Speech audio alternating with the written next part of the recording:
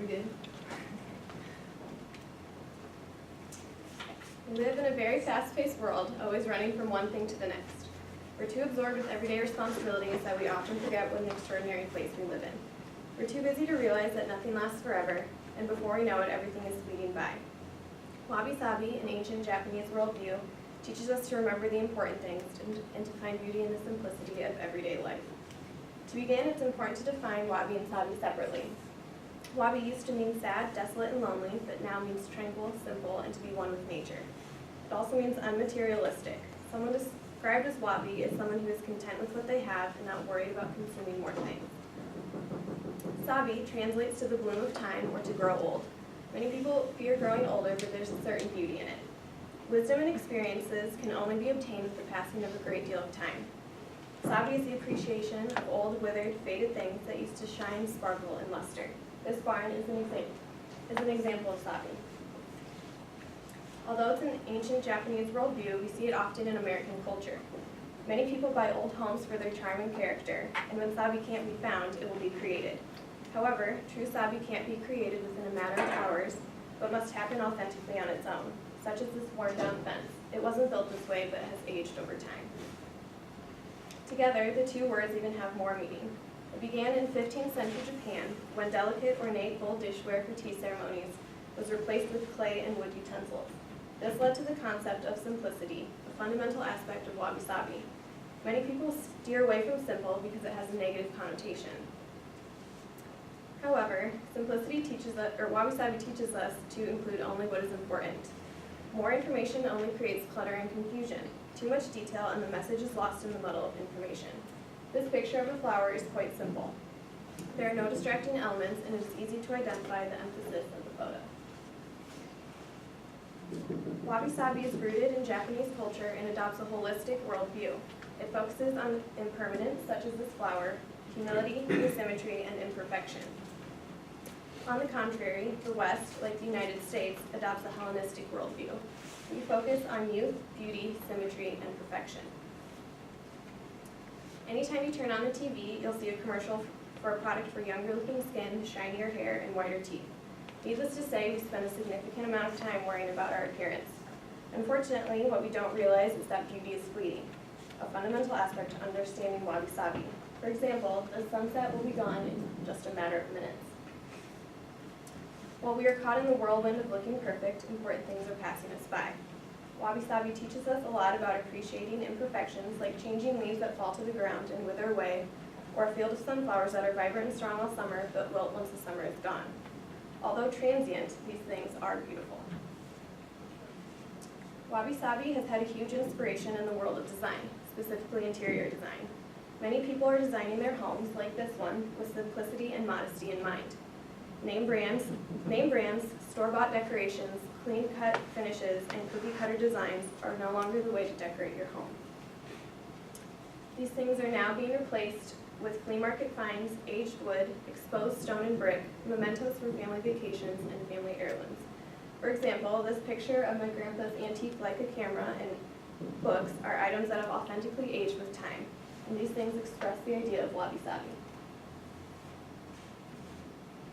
In this next house, the floors and walls are all weathered. This room is not perfect by any means. Wabi-sabi is about realizing nothing is ever truly finished and homes are never perfect. These homes look lived in, and that gives a sense of reality, character, and familiarity into a space. What's important to remember is that wabi-sabi is more than an idea or a style, but rather a mindset and a way of life. Decorated in a simple, minimalistic style, or thinking nature, like this photo, is pretty, is not necessarily the truest form of wabi-sabi. It involves being happy with what you have or don't have, living modestly and in the moment, and appreciating all things imperfect and fleeting. It is taking time to forget the hustle and bustle of everyday chores, sitting down with friends and family and truly enjoying each other's company. It can be as simple as sitting down for coffee with friends, or going outside and enjoying nature's true gifts with your family, such as this father is doing with his son. We need to spend more time outside appreciating the simplicity and imperfections of nature. We need to stop worrying about our appearance and our everyday responsibilities. Wabi-sabi teaches us that you never know what tomorrow will bring, so you should enjoy the gifts of today while you can. Thank you.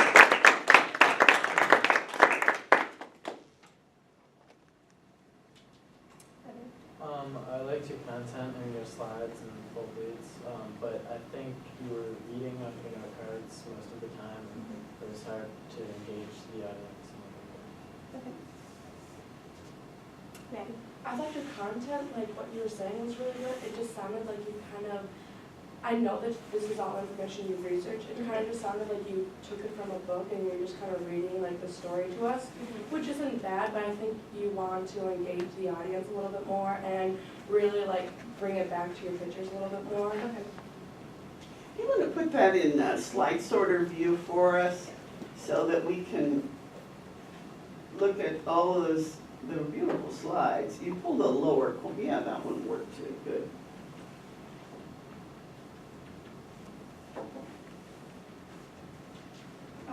I liked how your content was all like, it was almost like a backdrop for what you were talking about, and that you did a really good job transitioning between like information, like how it relates into design, interior design, and then how it's also like a way of life and looking at life. So it was really interesting that you could tie those all together. You didn't put up a citation page, and I'm wondering how many of these photos you took and where you got them. I took all of them except for the 2 room pictures and one of the bowls. There's some very, very nice photographs there that are very supportive of what you're talking about. Did you know about wabi-sabi or understand the concept before you began the presentation? No, I'd never heard of it, but a lot of my pictures that I've already taken seem to just fit it really well. So I really like nature. We have some other questions and comments? I kind of going off of what she said, but I liked that it was like kind of a story, kind of telling us how everything works and stuff. But I kind of wish you would have engaged the audience a little bit more. But I think your content was really good. I think that really did I miss anybody? I'm sorry, did I step on any? Okay. I think really the point has been made before. It's a beautiful presentation. It was well constructed. The slides are absolutely gorgeous. I think they're very supportive of what you're saying. It's just that you read it instead of presenting it, so it was a problem in execution. But I wouldn't, for example, suggest that you even have to change a single slide to put it into your e-portfolio. The 3 that you chose were very well chosen, and the others are just lovely and fit exactly in the principle. This is something, as I said before, I'm sure, because once you catch on to the concept, so to speak, you're really not going to look at things the same way again. And what surprises me the most since I became more conscious of this way of looking at life is my rejection of the shiny new things, that they just don't seem as good as the older things anymore. And that's surprising. That surprises me. But every time I go into a friend's house and they've refinished a room or something and everything is absolutely pristine, I have the feeling that I'm in a museum or a movie set or something and not at home anymore, because I'm consciously looking as the years go on and I understand this concept better. I'm looking for the signs of life everywhere, that life has been lived over a period of time. Even with children, look at how they treasure the one special stuffed animal or whatever it is. We actually have this innately in ourselves from a very early age.